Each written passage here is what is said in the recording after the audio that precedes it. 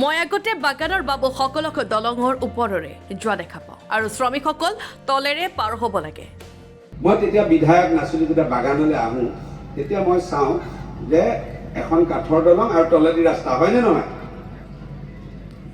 তেতিয়া দেখোঁ মই আহোঁ দলঙৰ ওপৰেদি গাড়ীখন পাৰ হৈ যাওঁ, বাগানৰ পাতৰ গাড়ী ওপৰেদি পাৰ হৈ যায়, বাবু ওপৰেদি পাৰ হৈ যায়, মেনেজাৰ ওপৰেদি পাৰ হৈ যায়, হয়নে নহয়?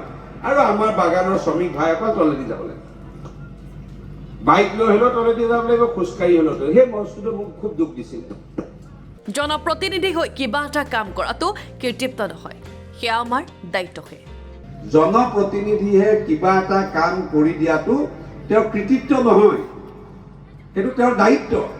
কিন্তু আমাৰ কি হয়, এমএলএ বিলাকে, পলিটিচিয়ান বিলাকে কাম কৰি নিদিয়ে, গতিকে কিবা এটা কাম কৰিলে বিৰাট ঢোল বজাই দিয়ে, যিহেতু মই কৰি দিলো, সেইটো মই কৰি দিলো, হয়, কাৰণ মোক আপোনাৰ কৰিবলৈতো দিছপুৰলৈ পঠিয়াইছে, কিন্তু সেইটো কৰাৰ কৃতিত্ব লোৱাৰ দৰকাৰ নাই। সভাৰ মাজতে এখন গাঁৱৰ ৰাইজে প্ৰাৰ্থনা কৰিলে বিধায়ক মানৱ ডেকাৰ বাবে।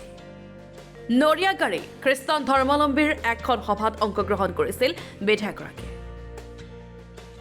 তেতিয়াই তেওঁৰ হৈ সভাৰ মাজতেই প্ৰাৰ্থনা কৰিলে সকলোৱে।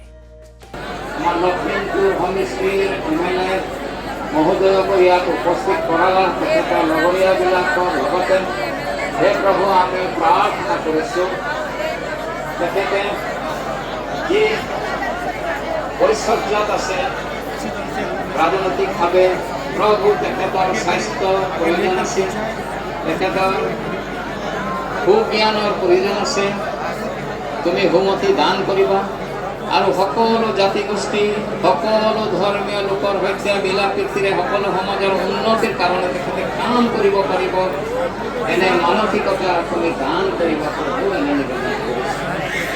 প্ৰাৰ্থনা কৰিছোঁ তেখেতৰ দল, পৰিয়াল, সকলো প্ৰভু তোমাৰ আশীৰ্বাদ আৰু তেখেতৰ জীৱনৰ যোগেদি তুমি তোমাৰ গৌৰৱ সাধন কৰিবা,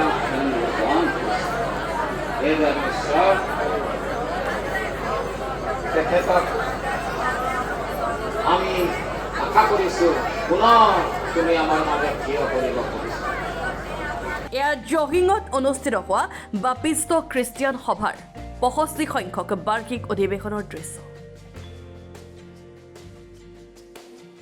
তেওঁলোকৰ এই অনুষ্ঠানত বিধায়ক মানৱ ডেকাৰ লগতে উপস্থিত থাকে বহু গণ্যমান্য ব্যক্তি।